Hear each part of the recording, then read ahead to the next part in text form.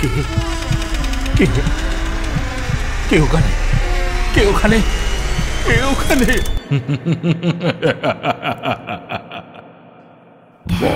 ভুতুরে, যেখানে জীবিত সব চরিত্র।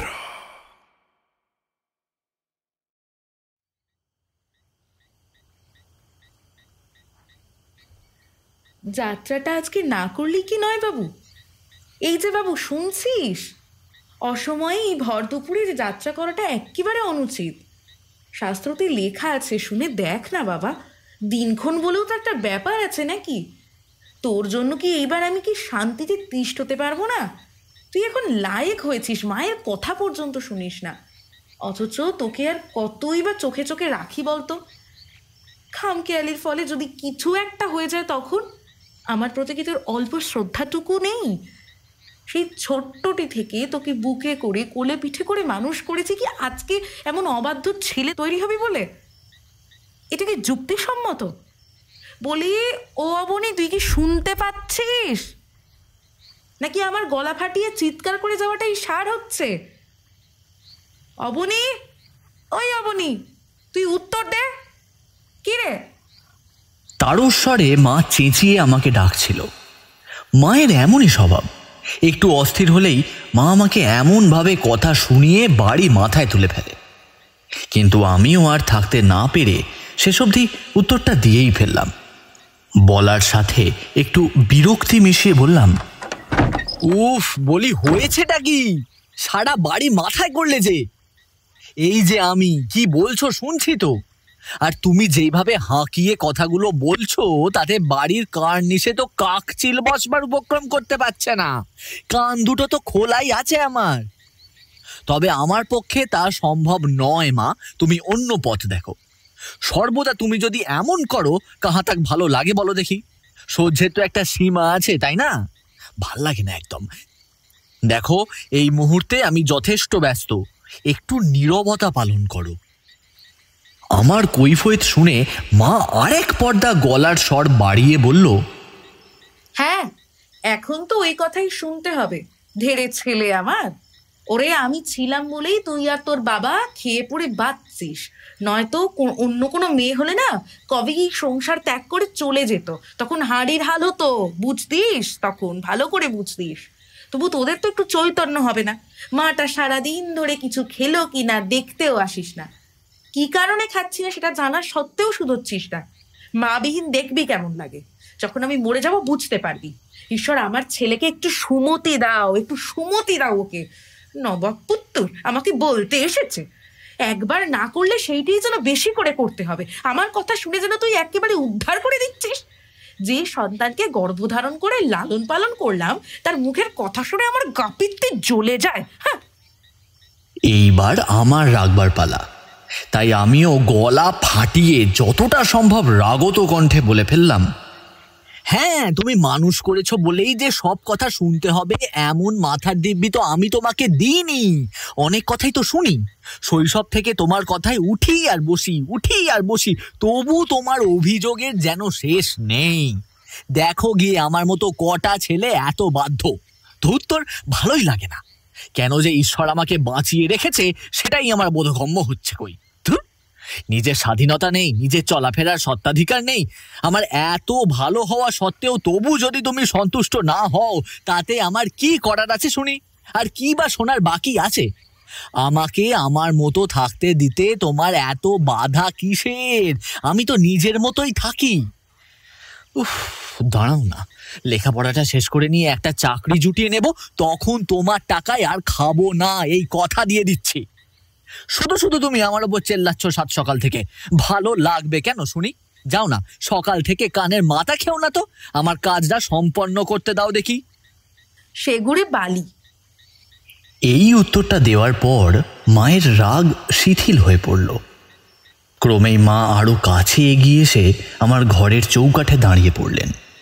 তারপর কি জানি অনেকটা নম্র হলেন। আমি পিছু ফিরে দেখি গোমড়া মুখেই তিনি দাঁড়িয়ে আছেন আমার শিয়রে। মায়ের গলার আওয়াজে আগের সেই তেজ ভাবটা আর নেই, বরং একটা উৎকণ্ঠা যেন উপচে পড়ছে। পুনশ্চ শুনলাম মা বলছে, ওরে খোকা, তোর ভালোর জন্যই তো বলছি। শোন বাবা, আমার কথাটা শোন। মায়ের কথা কখনো বিফলে যায় না। আমার একজন চেনাশোনা আত্মীয়র ছেলে একটা অপয়া দিন দেখে বেরিয়েছিল, সে আর কখনো ফেরেনি রে। কথায় আছে না, অভাগা যেখানে যায় সমুদ্র শুকিয়ে যায়। ওই মায়ের কুল শূন্য হয়ে গেল নিমেষের মধ্যে। ওই ছেলেকে তো সাগরে নিলে। এরপর মা অনেক কথাই বলল। যা যা বলেছিল সেইগুলো অবশ্যই সত্যি। তার মধ্যে মায়ের সেই আত্মীয়ের ছেলের কথা তিনি যতটা আড়ষ্ট কণ্ঠে বলতে পারলেন সেইটুকুই প্রসঙ্গত লিখে রাখি।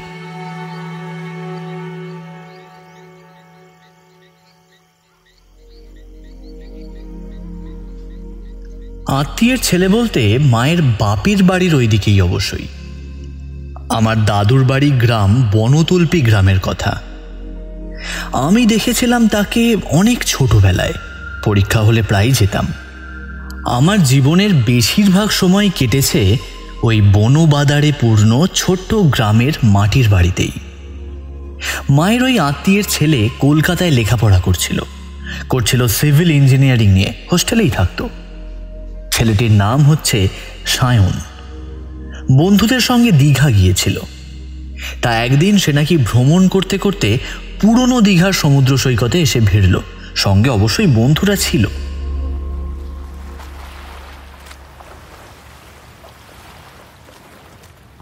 সমুদ্র তখন উত্তাল, পাড় অবধি উপচে যাচ্ছে। তার মধ্যে সন্ধ্যের অন্ধকারে কিছুই দেখা যায় না।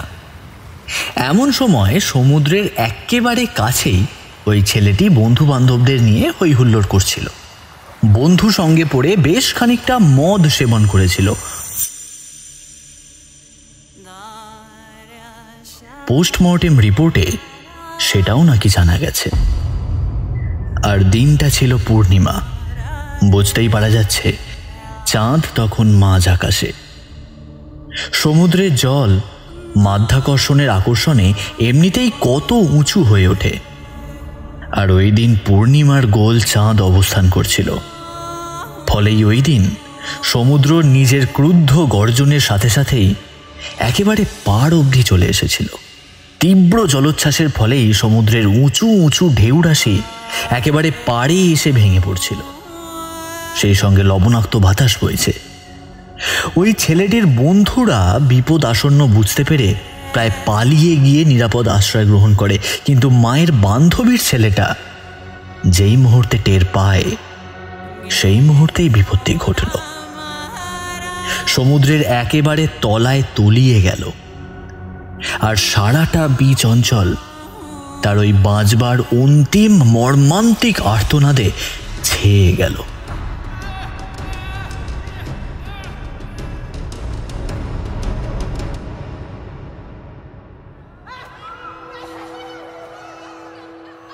সায়নের মৃত্যু সংবাদ অবশ্যই আমরা পেয়েছিলাম।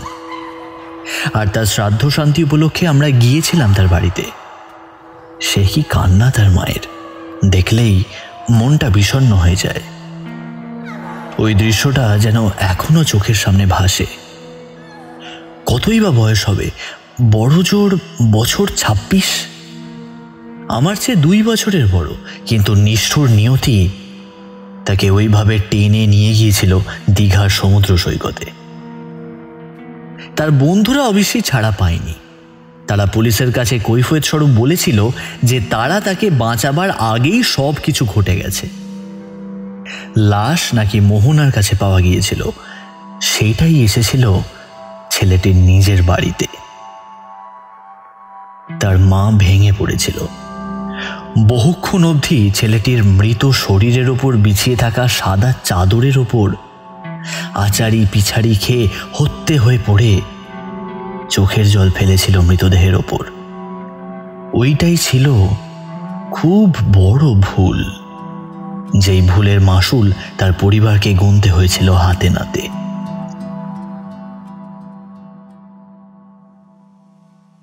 সেই কথায় পরে আসছে অবশ্য। আমার মা গিয়ে অহর্নিশি তাকে সান্ত্বনা দিয়েছিল। আশ্চর্যের বিষয় এই যে সায়নের মা কিন্তু এতই বিষণ্ণ হয়ে পড়েছিলেন যে রীতিমতো তিনি কথা বন্ধ করে দিয়েছিলেন। ওটাই স্বাভাবিক কিনা। তিনি সন্ধ্যের পর ছাদের ঘরে মুখ লুকিয়ে রবীন্দ্রনাথের বিষণ্ণমূলক গান গাইতেন। আমি নিজে শুনেছি এবং খোঁজখবর অবধি নিয়েছিলাম।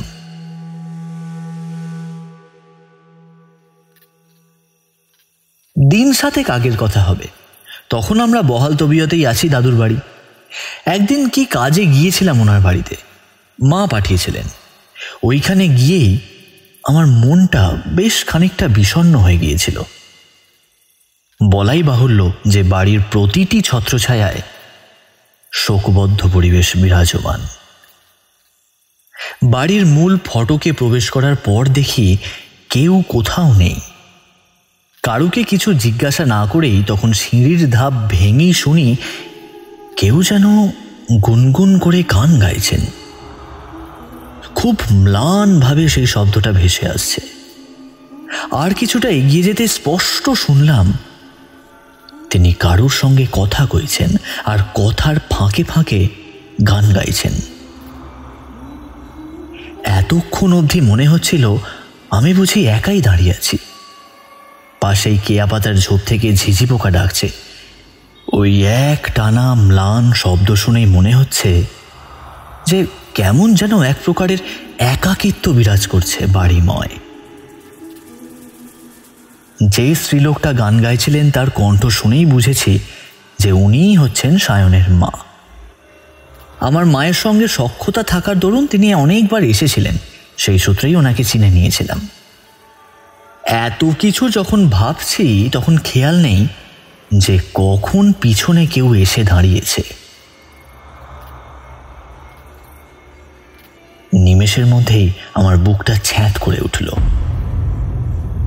আর ভয়ে ভয়ে পিছু ফিরে দেখি যে একজন মধ্যবয়স্ক ব্যক্তি। সিঁড়িতে তখন জমাট অন্ধকার ঘনিয়ে এসেছে। মুখ দেখতে কষ্ট হচ্ছিল, তবু আত্ম অনুমানে বুঝলাম যে উনি সায়নের বাবা ভিন্ন আর কেউই নয়। এতকাল অবধি এই বাড়িতে ছিল শুধু 3 জন, এখন সর্বসাকুল্যে এসে দাঁড়িয়েছে মোটে 2। ইতিমধ্যে শুনলাম সায়নের মা কখন বা উন্মাদিনীর মতো হাসছেন।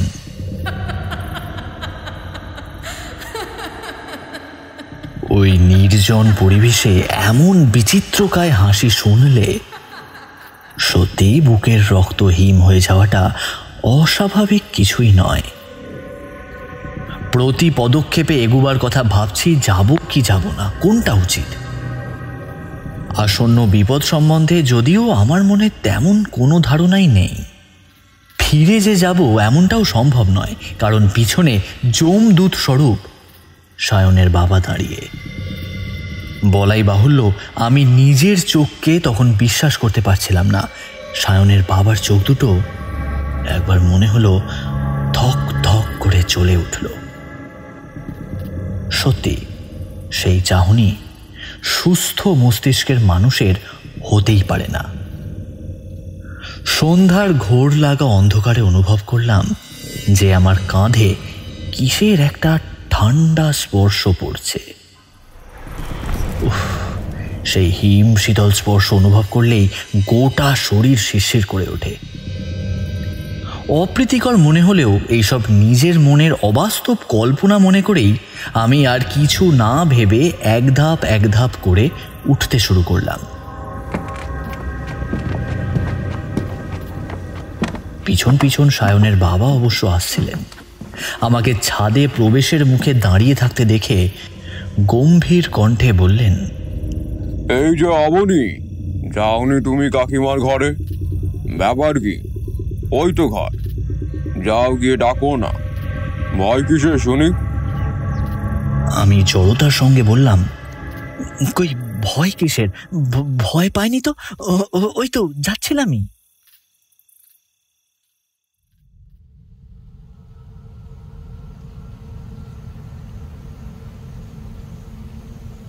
নিমেষের মধ্যেই একের পর এক পলক কেটে যাচ্ছে। কখন যে রাত্রের প্রথম প্রহর শুরু হলো তা উপলব্ধিও করতে পারলাম না।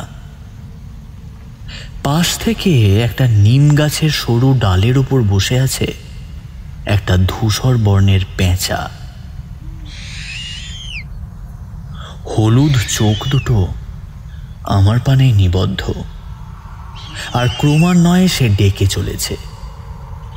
অবশ্য ওই ডাকের মধ্যে ছিল ভয়াবহতা। ওই নিশাচর জীব যেন আমাকে সাবধান করে দিচ্ছে যে ওইখানে দরজার ফাঁকেই তোমার মরণ উপস্থিত। যেও না মূর্খ, যেও না। কিন্তু আমার তখন রোখ চেপে গেছে। যাকে কেন্দ্র করে এত কিছুর সমাগম, তাকে একবার চোখের দেখা দেখতেই হচ্ছে। বলা তো যায় না কি থেকে কি হতে পারে। সম্পূর্ণ নিরস্ত্রভাবেই নিজের গন্তব্যের পানে এগোচ্ছি। তখন চাঁদনি রাতের আলো ও জনমানুষবিহীন নির্জনতায় চারিদিক সমাচ্ছন্ন। আমি স্তব্ধভাবে সায়নের বাবার পানে চাইলাম। উনিও ওই গানের কথাগুলো শুনলেন এবং ওনার মুখে খেলে গেল এক বক্র হাসি। নিমেষের মধ্যেই ওই হাসি রেখা মিলিয়ে গিয়ে ওনার মুখময় নেমে এলো পূর্ববৎ গাম্ভীর্যের ভাব। ওই মুখের মধ্যে যেন কোনো সজীবতা নেই। জ্যোৎস্নার ম্লান আলোয় আমার মুখের অভিব্যক্তি দেখে শুনে তিনি বললেন, আসো আমার সঙ্গে। উনি আমার সামনে দিয়ে হেঁটে হেঁটে এগিয়ে গেলেন ওই চিলেকোঠার ঘরের দিকে। জ্যোৎস্নার ফ্যাকাশে আলো থাকা সত্ত্বেও ছাদটা কিন্তু আজ বড্ড অন্ধকার মনে হলো। আমি দেখে শুনে যাচ্ছি ওই দিক দিয়েই, এমন সময় গানের আওয়াজটা বন্ধ হয়ে গেল, আর সেই সঙ্গে কানে ভেসে এলো হাড় হিম করা অট্টহাসি।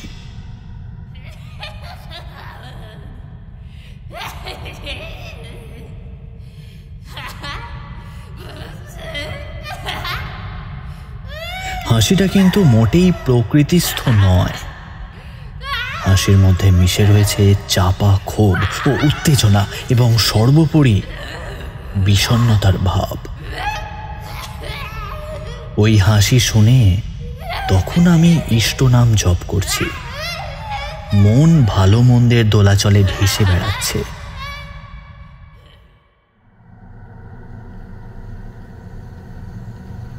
সময় তখন খুব বেশি নয়, সবে 7টার গণ্ডি পেরিয়েছে। কিন্তু যেহেতু গ্রামের পরিবেশ, তাই সন্ধ্যার পর অন্ধকার ঘনিয়ে এসে সারাটা পথ একেবারে শুনশান হয়ে যায়। সে যাই হোক না কেন, উনি দরজার কপাট খুলে দিতেই দেখি ওই ক্ষুদ্র পায়রার খোপের মতো ঘরটায় অন্ধকার ঠেকল। ওই অন্ধকার ঘরের মধ্যে চোখ সইতে দেখি একটা আলমারির পাশেই টেবিল, আর তার পাশেই রাখা রয়েছে একরত্তি আলোক শিখা, যেটা আলো তো করেইনি, বরং সেই আধার ভাবটাকে যেন বাড়িয়ে তুলেছে। টেবিলের ওপর একটা মোমবাতি রাখা তো ছিল, সেই সাথে একটা ছুরি। ছুরির তীক্ষ্ণ ফলায় তখন লালচে বর্ণের তরলটা যেন অনেক বেশি সজীব। ছুরির শানিত অংশটা তখন যেন উন্মত্ত লোভে ক্রূঢ় হাসি হাসছে। ব্যাপার সুবিধের নয় একেবারে, তাই বুকটা হঠাৎ ধড়াস করে উঠল। পিছু ফিরে দেখি কেউ নেই।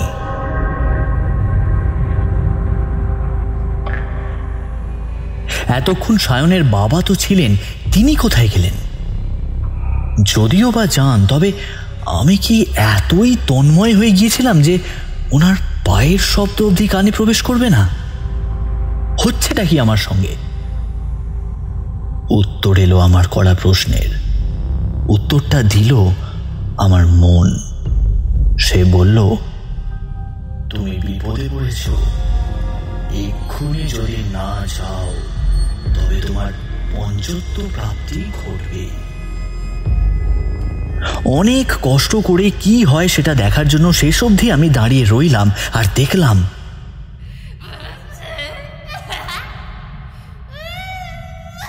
ওই নিভু নিভু হলদে শিখার ওপর চোখ রেখে বিভিন্ন অঙ্গভঙ্গি করছে সায়নের মা। বলাই বাহুল্য তখন তার বেশভূষা একেবারে আলুথালু। এতক্ষণ উনি নিজের খেয়ালেই ছিলেন, কিন্তু কড়িকাঠ থেকে যখন টিকটিকি ডেকে উঠল তখন তিনি আমার পানে চাইলেন। মুখে সেই উন্মত্তের হাসি, চোখের দৃষ্টি মোটেই স্বাভাবিক নয়। আমাকে দেখেই যেন তার মায়ের চোখ দুটো দপ করে জ্বলে উঠেই নিভে গেল। উনি অন্যমনস্কভাবে অন্যত্র চেয়েছিলেন। তার চাহনি এমনই ছিল যে কারুকে যেন উনি দেখেছেন। আমার বেশ ভয় হলো। দেখলাম পাশে কই সায়নের বাবা নেই তো। আমার কাছে সর্বদাই একটা টর্চ থাকে, ওইটা রাখি। গ্রামে দাদুর বাড়ি এলেই নদীর ধারে একটু সময় কাটাবার অভ্যেস আমার আছে। ফিরতে অনেক সন্ধে হয়ে যায়। বন বাদারপূর্ণ পথঘাট, তাই ওই পথ ভুলে যাওয়ার সম্ভাবনা আছেই। সাথে এই সন্ধ্যার দিকে আবার সাপখোপের বড্ড উপদ্রব শুরু হয়েছে ইদানিং, তাই আমি ওইটা আমার অস্ত্রস্বরূপ আত্মরক্ষার খাতিরেই রাখি সর্বদা। এইবার আমি টর্চ ফেলতেই আমার মুখ থেকে বেরিয়ে এলো ভয়ঙ্কর এক গোঙানির শব্দ।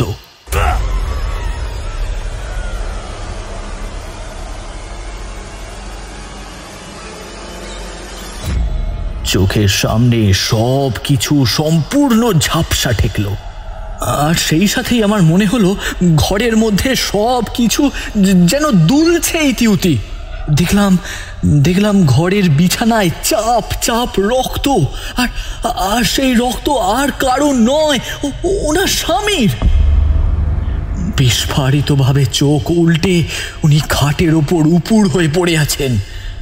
ভদ্রলোকের গলার মাঝখানটা কাটা, যেন কেউ নিপুণভাবেই গলার নলিটা কেটে দুই ভাগ করে দিয়েছে, আর সেই ক্ষতেই জমেছে রক্তের প্রলাপ।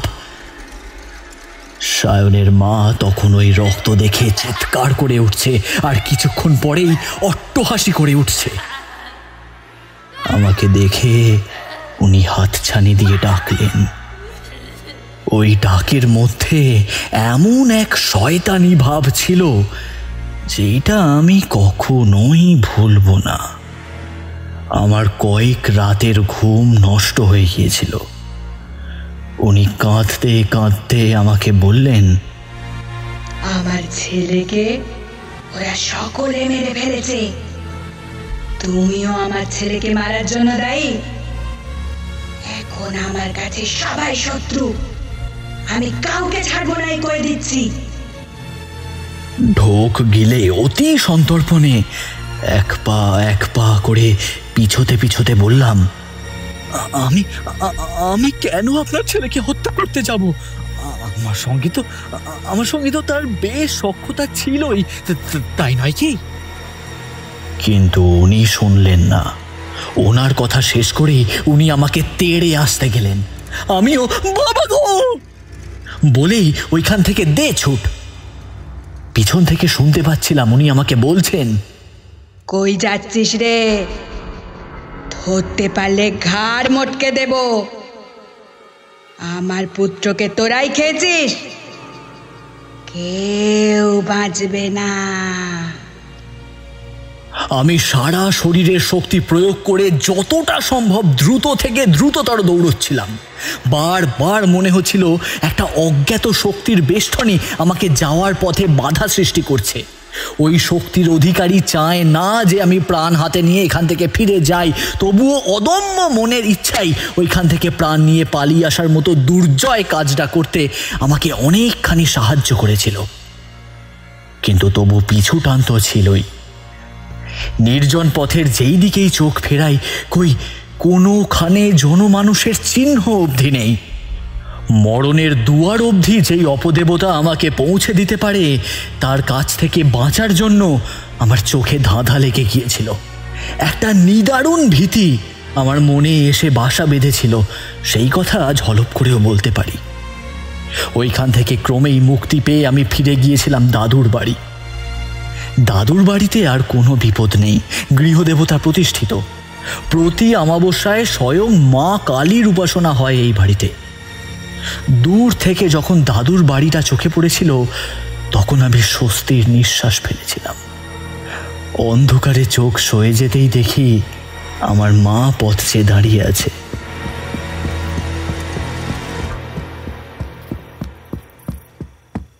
আমাকে দ্রুত আসতে দেখে উনি উদ্বিগ্ন হয়ে আমাকে জড়িয়ে ধরলেন। আমি তখন ভয়ে মায়ের কোলে মুখ লুকিয়ে আর চোখে দেখি সেই বাড়ি থেকে হাতকুড়ি দূরে একটা তেঁতুল গাছের নিচে একটা একটা অবয়ব দাঁড়িয়ে, জ্বলন্ত চোখ মেলে আমারই অপেক্ষা করছে যেন। মা কিন্তু এত কিছু বুঝলেন না, কোনো ক্রমেই ভীতিপ্রদ কণ্ঠে বললেন, কি রে খোকা, হলো কি তোর? তোকে দেখে এমন কেন মনে হচ্ছে? তুই যেন ভয় পেয়েছিস। কি হয়েছে রে এই খোকা? আমার মধ্যে প্রকৃতিস্থ ভাবটা তখনও আসেনি। চোখ বন্ধ করলেই যেন আমি ওই হিংস্র দুইটি জ্বলন্ত চোখ আর আর সায়নের বাবার ওই ক্ষতবিক্ষত মৃতদেহটা দেখতে পাচ্ছি। প্রত্যেকক্ষণেই মনে হচ্ছে যে আমাকে একলা পেলেই ওই রাক্ষসী আমাকে গিলে খেতে আসবে। মৃদুমন্দ বাতাসের ঝাপটায় আমার চুলটা অযত্ন বর্ধিত হয়ে যাচ্ছে। ওই পরিবারের এমন কি হলো যে ওই রূপ আমি দেখলাম? রাতারাতি একেবারে অমানুষে পরিণত হলো। সত্যি কথা বলতে কি, সায়নের মৃত্যুর আগে তার বাড়িতে আমি কোশমিনকালেও যাইনি, তবে কলকাতা থেকে এইখানে এলে প্রায় দেখা হতো। পরস্পরের মধ্যে একটা ঘনিষ্ঠতা ছিলই। একই পাড়ার ছেলে হওয়ার সুবাদে আমরা উভয়ই বেশ ঘনিষ্ঠ হয়েছিলাম, কিন্তু সে আমার দাদুর বাড়ি এলেও আমাকে কখনোই তার বাড়িতে নিয়ে যায়নি। উভয় মিলে সন্ধ্যের কোল অবধি কম কি নদীর পাড়ে হাওয়া খেতে বেরিয়েছি। সেই দিনের কথাগুলো মনে পড়লেই মনে হয় যেন কালকেরই কথা। সুঠাম গঠনের জলজ্যান্ত ছেলেটি কিভাবে পরলোকের অধিবাসী হলো, সেইটা জানতে পেরে ভারী বিমর্ষ মনে হয়। কিন্তু যখন তার মৃত্যুর দিন তিনেক পর তার শ্রাদ্ধ শান্তিতে যাই, তখন আমার অদ্ভুত অনুভূতি হয়েছিল। কেউ যেন আমার একেবারে পাশ ঘেঁষেই দাঁড়িয়ে আছে। আমি তার উপস্থিতি স্পষ্ট টের পাচ্ছি, কিন্তু না, পাশ ফিরলেও তাকে দেখা যাচ্ছে না। তখন থেকেই আমার মনে কেমন যেন সন্দেহের বীজ দানা বাঁধতে থাকে। তবু মা যখন আমাকে শ্রাদ্ধ শান্তির দিন 10 পরে ওইখান থেকে কি একটা জিনিস আনতে বলল, তখন আমার মনটা একবার হলেও কু ডেকে উঠেছিল। কিন্তু মুখ ফুটে আর কিছুই বলিনি। বলা সম্ভব নয়, কারণ আমার মা থোড়াই আমার কথা শুনবে। বলবে যে অধিক গল্প উপন্যাস পড়ার ফল ভোগ করছি। ক্রমান্বয়ে মায়ের প্রশ্নগুলো আমার কানে আসছিল। দমকা বাতাসের ঝাপটায় হুঁশটা ফিরল। তখন ওই আচ্ছন্ন ভাব অনেকটাই কেটে গেছে। স্পষ্ট শুনলাম মা ওই কথা বলছে উদ্বিগ্নভাবেই। আমি তখন গাঢ় অন্ধকারের পানে চেয়ে রইলাম নিরুত্তর ভাবেই। শত প্রশ্ন করার পর যখন উত্তর না দিয়েই মূর্ছিত হয়ে পড়ে গেলাম, তারপর থেকে আর কিছুই মনে নেই।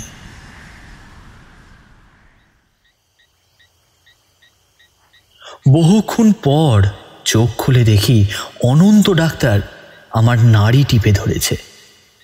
উদ্বিগ্নভাবে আমার দিকে মুখ করে তালপাতা দিয়ে পাখা করছেন আমার মা আর ঠাকুমা।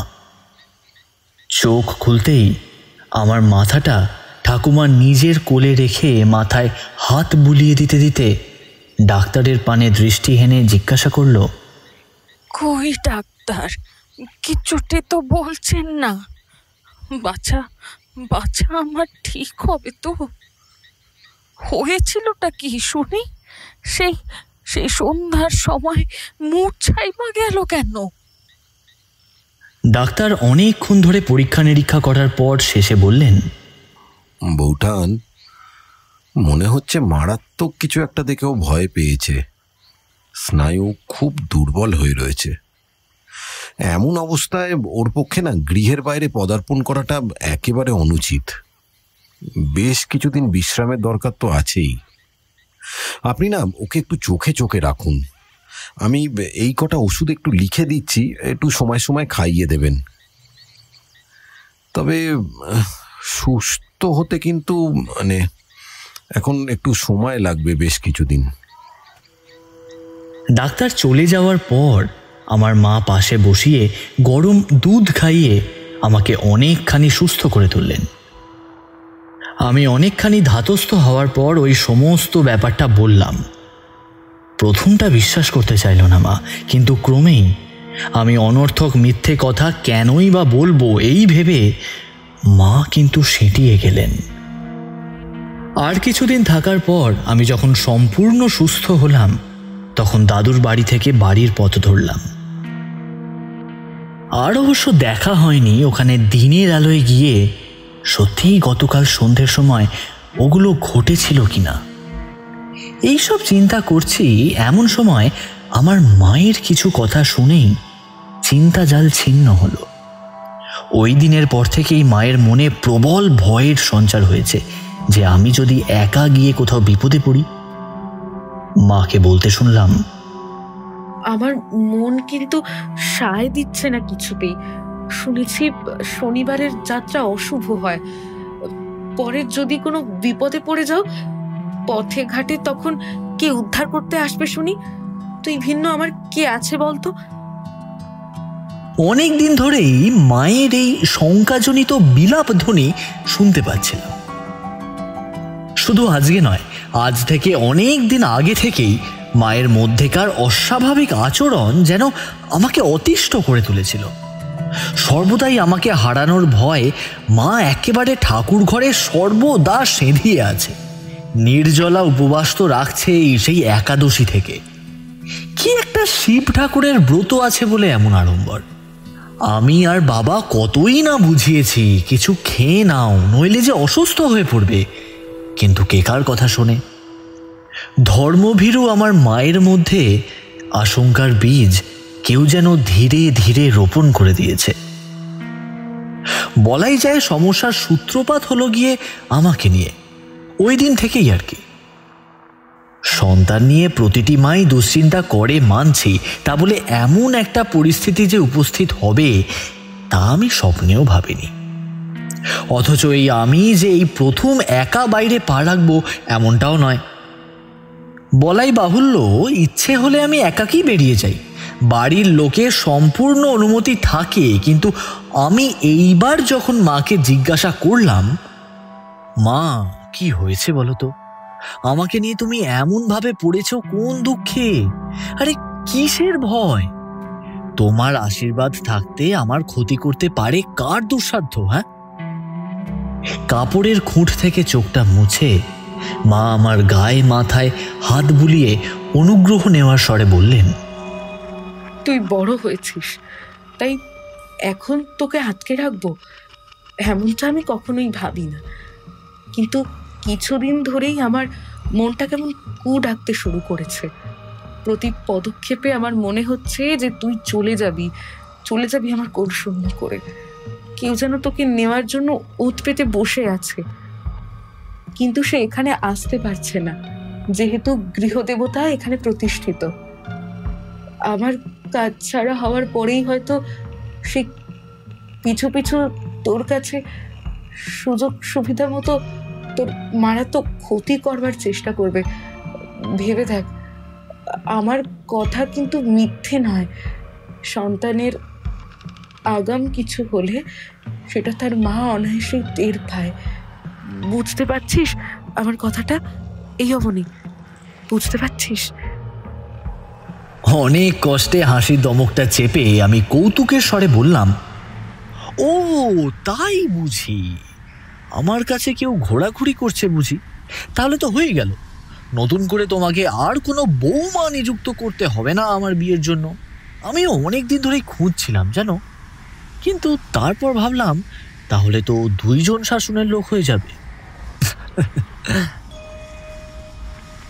আমি ভুলেই গিয়েছিলাম যে মাস 6 আগেই আমার সঙ্গে ঘটে যাওয়া ওই বিভৎস কাণ্ডের কথা। মা কিন্তু আমার এই তামাশায় লেশমাত্র আগ্রহ না দেখিয়ে আর ভয় পেয়ে একেবারে কাঁদতেই শুরু করে দিল। আর কেন জানি না আমার কানের কাছে স্পষ্ট মনে হলো একটা পুরুষ কণ্ঠে খিলখিলে হাসির চাপা শব্দ শুনতে পেলাম।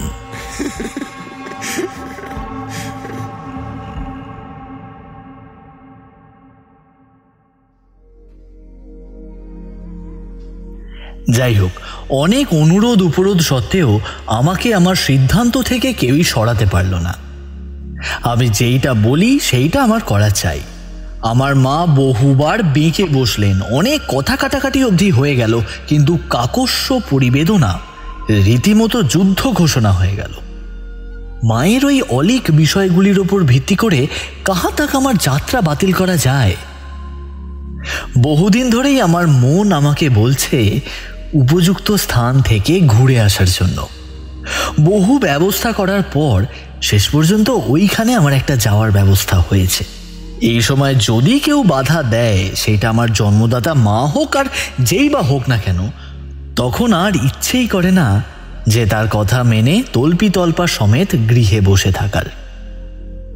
আমার ওইখানে যেতেই হবে, না গিয়ে কোনো উপায়ান্তর নেই। তার একটাই কারণ এই যে আমার আজকে একটা স্থানে যাওয়ার দরকার, বলতে গেলে শৌখিনতা ও কাজ উভয়ের খাতিরেই। কিন্তু মায়ের তাতে সম্মতি নেই। মা হলো গিয়ে প্রাচীনপন্থী ধরনের মানুষ, অনেক লক্ষণ অলক্ষণ অপদেবতা টপদেবতায় বিশ্বাসী। সদ্য স্নান করে ঠাকুর ঘরে আমি আরতি সেরে ঘরের ভিতর থেকে জামাটা পরে বেরুবার উদ্যোগ করছি, এমন সময় আমার মা পিছন থেকে এমন কতগুলো কথা বলে বসলেন। স্নানের পর আমার প্রায় আধ ঘন্টা মতো সময় লাগেই পূজাদি করতে। ছোট থেকেই মায়ের শিক্ষায় মানুষ আমি। উনি আমাকে হাতে ধরে পূজার মন্ত্র অনেক শিখিয়েছেন। আসলে আমার দাদু হলেন গিয়ে সেকালের একজন মস্ত মাতৃসাধক। বয়স ছাপিয়েছে প্রায় 3-20 ঊর্ধ্বে, কিন্তু দেখে তা বোঝার উপায়ই নেই। শরীরে এখনো কোনো রোগের ছোঁয়াচ অবধি লাগেনি। কে বলবে ওই বয়সী? দুর্দম সাহস, কটা চোখের ওইরূপ ভয়ঙ্কর চাহনি দেখলে 10টা জোয়ানমদ্য ছেলের দল কাছে আসতে সাহসই করবে না। এই জিনিসটা আমি নিজের চোখেও দেখেছি।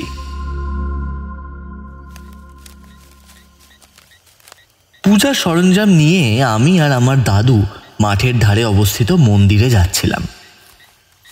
দাদু সর্বদাই পূজার সময় লাল বসন পরে থাকেন। গভীর রাত অবধি তন্ত্রমতে নদীর কিনারে অবস্থিত কালী পূজা করেন। কিন্তু আমার সঙ্গে মন্দিরের পানে যখন যাচ্ছিল, তখন সুতির একটা ফতুয়া পরে গন্তব্যের পানে রওনা হচ্ছিল। যেতে যেতেই একটা ঘন বন পেরিয়ে যেতে হয়, আর ওখানে অনেক বিপদ। গ্রামের অনেক মানুষ কিন্তু ওই পথ দিয়ে যেতেই ভয় পায়। আমিও শুনেছিলাম মায়ের মুখে। তখন আমার বয়স ওই কতই বা, বছর 15।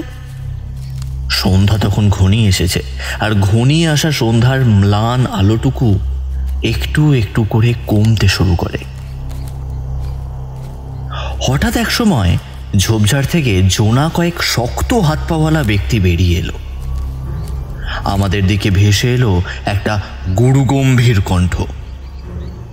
হাতের কাছে যা যা আছে সবকিছু ফেলে দে, আর আমাদেরকে সবকিছু দিয়ে দে। আমার তখন ভয় বুক দুরুদুরু করছে, কিন্তু তখনই আমার দাদু বাজখাই গলায় বলে উঠলেন, কে রে? ওইখানে যে আমার পথ আটকাস, হ্যাঁ? আসুক দেখি সামনে। এই কালী কিঙ্কর কাউকে ডরায় না। পথ যদি না ছাড়িস তবে খারার কবে ধর মুন্ডু একেবারে পৃথক করে দেবো বলছে। দাদুর এই রূপ কণ্ঠ আমি জীবনে প্রথমবার শুনলাম। নিবিড় আধারাচ্ছন্ন বনজঙ্গল যেন বাজঘাই গলার দাপটে কেঁপে উঠল, আর ওইটাই ছিল যথেষ্ট। কেউ বেরিয়ে তো এলোই না, সেই সঙ্গে শুকনো পাতা মারিয়ে দ্রুত চলে যাওয়ার সমস্যার পায়ের শব্দ শুনতে পেলাম। ক্রমেই শব্দটা যেন দূরে মিলিয়ে গেল। দাদু দেখি একটা তৃপ্তিদায়ক হাসি হেসে পুনরায় নিজের পথ চলতে শুরু করলেন আমাকে সঙ্গে নিয়ে। তখন রাতের আধার প্রায় নেমে সমস্ত চত্বর একেবারে সমাচ্ছন্ন করে রেখেছে। আমাদের সঙ্গে কোনো আলো ছিল না। ওই নিরালকভাবেই দাদু আমাকে নিয়ে এগিয়ে যাচ্ছিল। নিত্য যাতায়াতের ফলে তার এই পথ পুরোপুরি চেনা। আমি কৌতূহলী হয়ে দাদুকে জিজ্ঞাসা করলাম, দাদু, ওরা কে গো? তোমাকে দেখে এমন ভয় পালিয়ে গেল কেন? একটা বিড়ি ধরিয়ে দাদু আমাকে বলল, ওরা সব বাগদি রে, বড্ড গরিব। রাতের আঁধারে অন্যের পুকুরের মাছ আর অন্যের ফসলের গোলা সব ভেঙে চুড়ে দেয়। কিন্তু ইদানিং দেখছি ব্যাটার ছেলেগুলো ছিনতাইয়ের কারবার আরম্ভ করেছে। দাদু আর কিছু বললেন না। কালী কিঙ্কর পুরুত বলেই এই গায়ের মানুষ আমার দাদুকে চিনত। অনেক ধরনের তন্ত্র মন্ত্র বিষয়ে তার অঢেল জ্ঞান। আমি গেলেই আমাকে অনেক ধরনের গল্প শোনাতেন। নানাবিধ স্থানে গিয়ে উনি যেহেতু অনেক ধরনের বিষয় লক্ষ্য করেছেন এবং নিজের সাধনার গুণে সেইগুলোর প্রতিকার করেছেন, তাই সেইগুলোর সম্বন্ধে আমাকে বলেছিলেন। আমিও শুনে নিছক গল্প শোনার আনন্দে শুনতাম। আমার দাদুর বাড়ি হলো গিয়ে খেজুরিয়া গ্রামে। ওই গ্রামের একেবারে কেন্দ্রেই অবস্থিত মায়ের বাপের ঘর। দাদুর নাম হলো গিয়ে কালী কিঙ্কর ভট্টাচার্য। ওই গ্রামের মস্ত গুণিন 10 জন মানুষ এক ডাকেই চিনে ফেলে। তবে আসল কথা হলো গিয়ে মায়ের যেই কারণে অস্বস্তি। মাস 6 পরে পুনরায় একবার গিয়েছিলাম, তবে সায়নের বাড়ির ধার মারায়নি। বৈশাখ মাসের শুরুতে মায়ের সঙ্গে গিয়েছিলাম দাদুর বাড়ি। দাদু শ্মশান থেকে কি একটা কাজ করে ফিরছিলেন। আমাদের দেখে যার পর নাই খুশি হয়ে পরক্ষণেই তিনি ভ্রুকুটিপূর্ণ দৃষ্টি মেলে বললেন, কুমুদিনী, তোর ছেলের কিন্তু খুব ভয়ঙ্কর একটা বিপদ দেখতে পাচ্ছি। কাছাড়া করিস নে, অপয়া যাত্রার জন্য এই ঘোর বিপদ ঘনিয়ে আসবে। চোখে চোখে রাখিস কিন্তু। জয় মা, মা করাল বদনী রক্ষা করো তুমি। ব্যাস, ওই শুনেই মায়ের মুখে বাপের বাড়ি আসার ফলে যেইটুকু উজ্জ্বল্য বিদ্যমান ছিল ওইটুকু অবধি ম্লান হতে বেশি সময় লাগলো না। আর সেইখান থেকে এসে যেইখানেই যাই না কেন মায়ের ওই প্রলাপ শুনতে শুনতে আমার প্রাণান্ত হওয়ার জোগাড়। মায়ের যেন সব কিছুতেই এই খুঁতখুঁতানি ভাবটা অনেকটা বেশি। ভাবেন আমি যেন সেই খোকাটিই আছি। একলা কোথায় যেতে আমি নাকি পারি না। চুপচাপ শুনছিলাম মায়ের বলা কথাগুলো আর নিজের মনেই হাসছিলাম। নিজের হাতের কাজ গুছিয়ে মায়ের সতর্কবাণী শুনে নিয়ে যেই না পিছনে ফিরে দেখলাম, তখনই আমার নজরে পড়ল এক রাস উৎকণ্ঠায় মায়ের মুখ বাংলার পাঁচের মতোই হয়ে রয়েছে। দরজার চৌকাঠের বাইরে দাঁড়িয়ে দাঁড়িয়ে ইষ্ট নাম স্মরণ করতেই ব্যস্ত। আমি উত্তর দিলাম, তুমিও না মা, এরকম শুধু শুধু দুশ্চিন্তা করছো কেন? আমি ঠাকুর দেবদা মানি, এই কথাটা সত্যি, কিন্তু ওইসব শুভ অশুভর ধার ধারি না। যেখানে বাপ মায়ের আশীর্বাদ রয়েছে সেখানে আমার ক্ষতিবৃদ্ধির আশঙ্কা অমূলক, পাত্তাও নয় সব। মা কিন্তু তবু বললেন, যা শুনে আমার হাসি পেল। ওরে খোকা, তুই বুঝতে পারছিস না, আমার মনে কেমন কু ডাকছে। তুই এই অবস্থায় গেলে আমি যে থাকতে পারবো না বাবা। তুই কাল যাস, অসুবিধার তো কিছু নেই। খামোখা। এইবার একটু বিরক্ত হয়ে বলে ফেললাম, সেই চিরকালের কুসংস্কার এখনো বজায় রেখেছে দেখছি। বাদ দাও, এইসব কিছু হবে না। তাড়াতাড়ি আমাকে কিছু খেতে দাও, ট্রেন ধরবার সময় হয়ে এলো। এখনো যদি না বেরোই তাহলে কিন্তু আমি ট্রেন ফেল করব, তখন কিন্তু যাওয়ার কোনো মানেই থাকবে না। সেকেন্ড ক্লাস কামরায় টিকিট অবধি বুক করে ফেলেছি। নাও নাও, যা দেওয়ার দাও। অল্প নাকে মুখে গুঁজেই এখন বাস ধরতে হবে চৌরাস্তার মোড় থেকে। মা যেন কিছু একটা বলতে গিয়েও বললেন না শেষ অবধি, কিন্তু ওনার মুখের প্রতিটি রেখায় যে একটা খুঁতখুঁতে ভাব লেগে রয়েছে, এইটা দেখতে আমার চোখ ভুল করেনি। অনেক দিন শহরবাসের পর একঘেয়েমি ধরে গেছে, তাই আমি স্থির করি একটা গ্রামের দিকে যাব। অনেকদিন ধরেই ইচ্ছে ছিল। বছর 2 কেটে গেল, আমি কোথাও যাইনি। বাড়িতে এই গ্রীষ্মে থেকে থেকে আমার মন প্রাণ একেবারে হাঁপিয়ে উঠেছিল। বলাই বাহুল্য, আমি একজন ডাক্তার। অল্প বিস্তর যে পয়সা আছে সেটা অনেকেই জানে আমার এলাকায়। আমি যাচ্ছে শুনে অনেকেই আপত্তি করেছিল। আমার ধরা বাঁধা এক রোগীর বাড়ি থেকে আমাকে সাফ জানিয়ে দেওয়া হয়েছিল যে এইভাবে চলে গেলে চলবে না, আমি যেন না যাই এভাবে। বাড়িতে আমারই চিকিৎসাধীন একজন শয্যাশায়ী, অতএব কি করে যাব? আমি কিন্তু ভ্রুক্ষেপ করিনি। যেই দিন ফোন এসেছে ওই দিনই আমি ভালোভাবে দেখে এসেছিলাম। বৃদ্ধ ভদ্রলোক, বার্ধক্যজনিত রোগে পঙ্গু। দেখে শুনে কয়েক মাসের ওষুধপত্র আর আমার ফোন নাম্বারটা দিয়ে চলে এসেছিলাম। খুব যদি বাড়াবাড়ি কিছু হয় তবে একটা নার্সিংহোমের ঠিকানাও দিয়ে রেখেছিলাম। শহরের কেন্দ্রেই অবস্থিত ওই নার্সিংহোম। ওই নার্সিংহোমের সঙ্গে আমার বেজায় খাতির আছে। ডাক্তারি জীবনের শুরুটা যেহেতু আমি ওইখান থেকেই করি, আর বলা ভালো রোগী দেখা স্টক সকলকেই আমি প্রায় সুস্থই করে দিয়েছিলাম। বিশেষত আমার এই হাত যশের কারণেই অনেক রোগী দূর দূরান্ত থেকেই আসেন ওই নার্সিংহোমে। সে যাই হোক, সব কিছু ব্যবস্থা তো হলো, কিন্তু যাব কই? যেসব স্থানের নাম অনেকে বলল, সত্যি বলতে আমার পর্দায় পোষাচ্ছিল না। কেমন যেন ফিকে ফিকে মনে হচ্ছিল।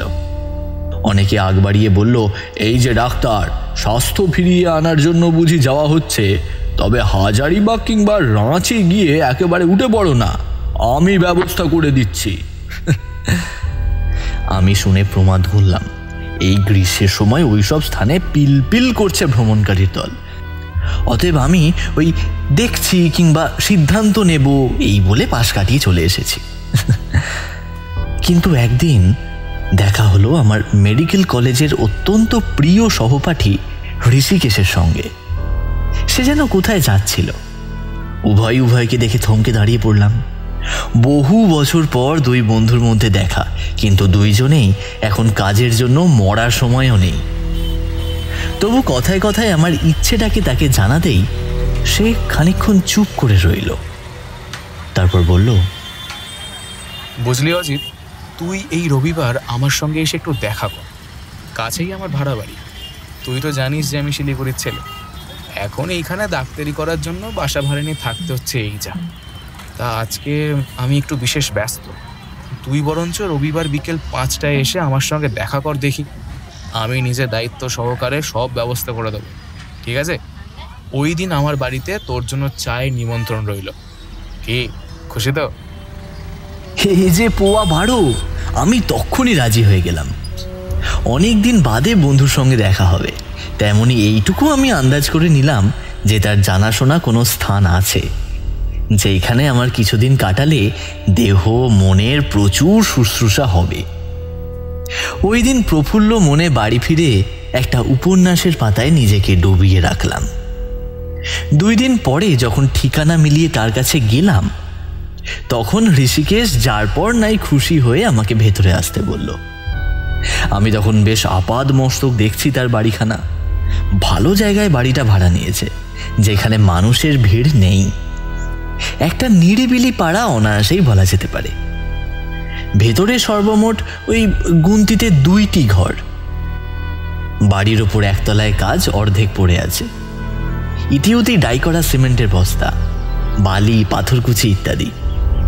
আমি প্রশ্ন করলাম, এই তোদের ওপর তলায় কাজ হচ্ছে নিশ্চয়ই? হচ্ছিল ভাই, কিন্তু শেষ আর হলো কই। শুনেছি যে এই বাড়ির মালিক কি একটা আইনি মামলায় জড়িয়ে যাওয়ার ফলে এই কাজ বন্ধ হয়ে পড়ে আছে। বাড়ির মালিক এইখানে থাকেন না, উনি থাকেন সেই কল্যাণীতে। এইখানে বাড়িটা কি জানি কি জন্য ভাড়া দিতে চেয়েছিলেন।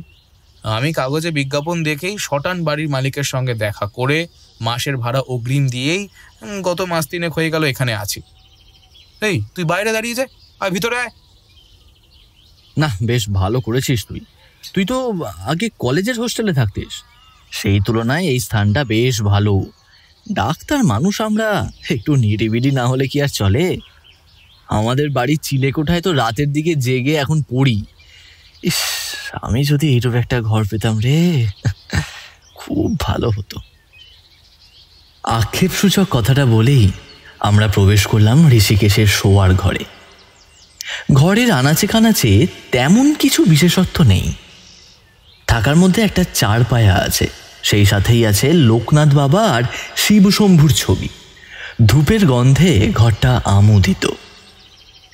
বিছানার বিপরীত প্রান্তেই দেখতে পেলাম একটা খোলা জানলা আর একটা মাথার ওপর পাখা। রংচোটা দেওয়ালের গায়ে ঝুলছে বেশ কিছু জামা প্যান্ট। আমি দেখে শুনে হতবাক হয়ে বললাম, ব্যাপার কি ভাই, তুই এত গোছালো হলি কবে থেকে? তোর সঙ্গে 2 বছর একই রুমে যখন ছিলাম, কই তখন তো তুই এতটা গোছালো ছিলি না। ব্যাপারটা সত্যিই আমার কাছে চমকপ্রদ মনে হচ্ছে এই কারণে যে সারা ঘরে ধুলোর একটা কণা নেই। বিছানায় পাতা ধোপদরস্থ সাদা চাদর।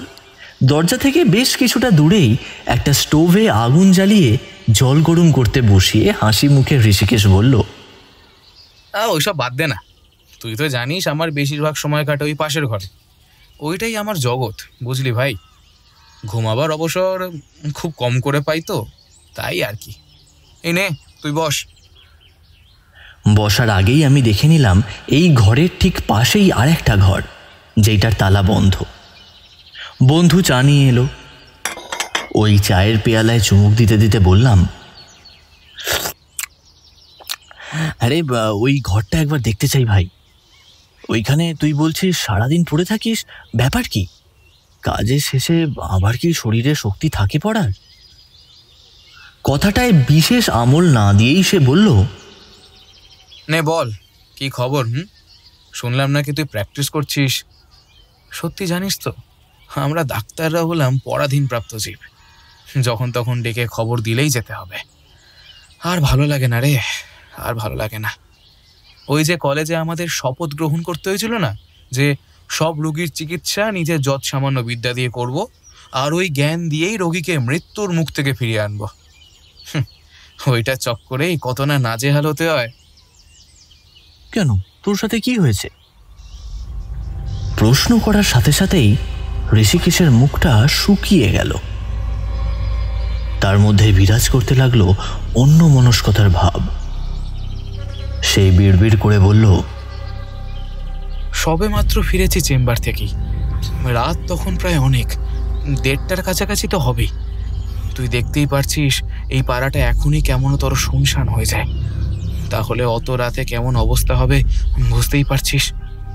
একটা পুরনো মোটর বাইক কিনেছিলাম, ওই করেই যখন ফিরি তখন দেখি যে আমার বাড়ির কাছে একটা আবছায়া মূর্তির মতো কে যেন ঘুরঘুর করছে।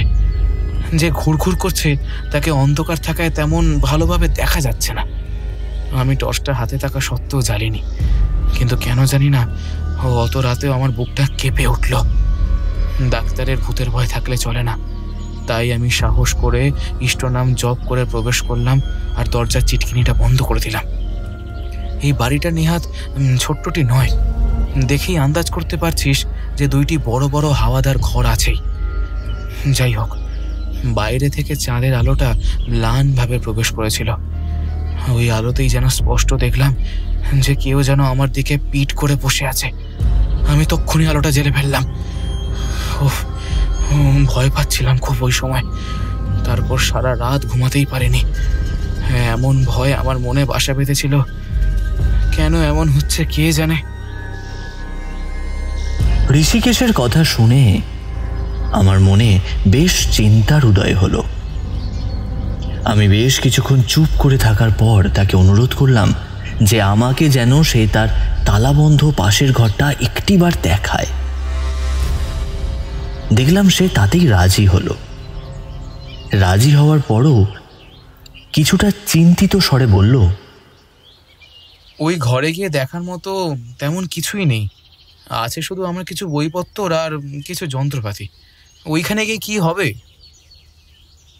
তাতেই রাজি হয়ে তাকে বললাম যে যাই হোক আমাকে ওই ঘরটা একটিবারের জন্য দেখাতে। তাতে সে আমাকে বলল যে দেখিয়ে দেবে কিছুদিনের মধ্যেই। কিন্তু আমার দুর্নিবার কৌতূহল আমাকে ওই রাতে পাশের ঘরে কি আছে সেইটা দেখার জন্য একেবারে মরিয়া করে তুলল। আমি গভীর রাতের থেকে বন্ধুর বালিশের তলা থেকে ওই ঘরের চাবিটা সংগ্রহ করে নিয়েই ওইখানের দরজাটা খুললাম।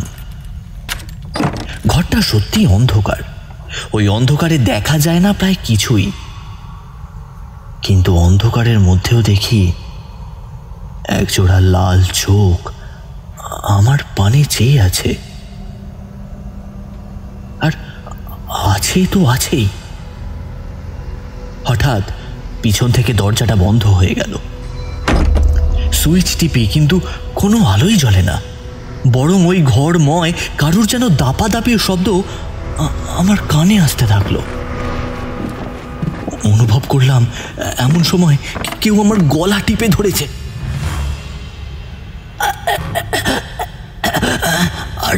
আর লালচে আলোটা যেন ধীরে ধীরে অনেক বেশি উজ্জ্বল হয়ে আসছে। শুনলাম একটা পরিচিত কণ্ঠ। চিনতে পারছিস? আমি তোর সেই বন্ধু সায়ন। আমার মৃত্যু হয়েছে, আমি আমার পরিবারকেও শেষ করেছি। অনেকদিন ধরেই তককে ছিলাম তোকেও নিজের দলে টানবো, কিন্তু সুযোগ পাচ্ছিলাম না। এইবার তুই শেষ।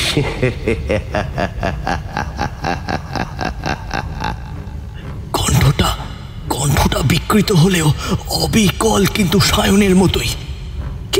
কিন্তু সে এইখানে এলো কি করে? এটা ভাবতে ভাবতেই কাল ঘাম ছুটে গেল। আর নিমেষের মধ্যেই মনে পড়ে গেল ওই ভয়ঙ্কর অতীতের কিছু স্মৃতি। আমি প্রাণপণে ইষ্টনাম জপ করতে আরম্ভ করলাম। আর এমন সময় শুনলাম যে ঋষিকেশের বাইরে থেকে দরজা ধাক্কা দেওয়ার ঘন ঘন শব্দ। সে আমাকে বলছে, কিরে, এই দরজাটা বন্ধ করে রেখেছিস কেন? আরে কি হয়েছে, তুই ওরকম ভাবে চিৎকার করে উঠলি যে? বাইরে থেকে ম্লান আলো আসছিল। গ্যাস বাতির সেই আলোতেই দেখি দেওয়ালে টাঙানো কঙ্কালটা ধীরে ধীরে নিস্তেজ হয়ে গেল।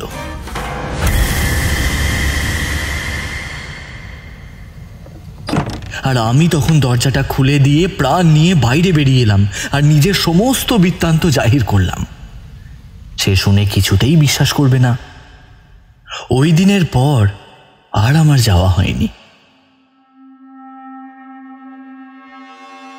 কিন্তু নিজের বিপদ কাটাতে আমাকে পুনরায় ছুটে যেতে হয়েছিল দাদুর বাড়ি খেজুরিয়া গ্রামে। আমার দাদু যেহেতু কালী পূজা করেন, সেহেতু আমাকে দেখেই বুঝে ফেললেন আর বললেন, আমার ওই বন্ধু মৃত্যুর আগে আমার কথাই চিন্তা করে মরেছে, তাই সে আমাকেও নিজের দলে টানতে চাইছে।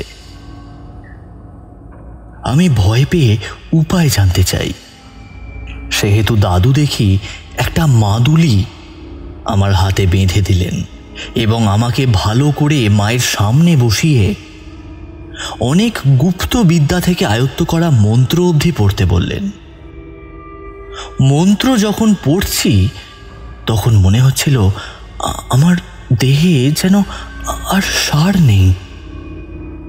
ওই অকুস্থলে আমি যখন জ্ঞান হারিয়ে পড়ে গেলাম, তখন মনে হলো যেন আমার শরীর থেকে কিছু একটা বেরিয়ে মিশে যাচ্ছে ওই চোখের আগুনের মধ্যে। আর ওই মন্দিরের চারপাশে শুরু হয়ে গিয়েছিল ভয়ঙ্কর শব্দ, ওই কঙ্কালের কান্নার শব্দ।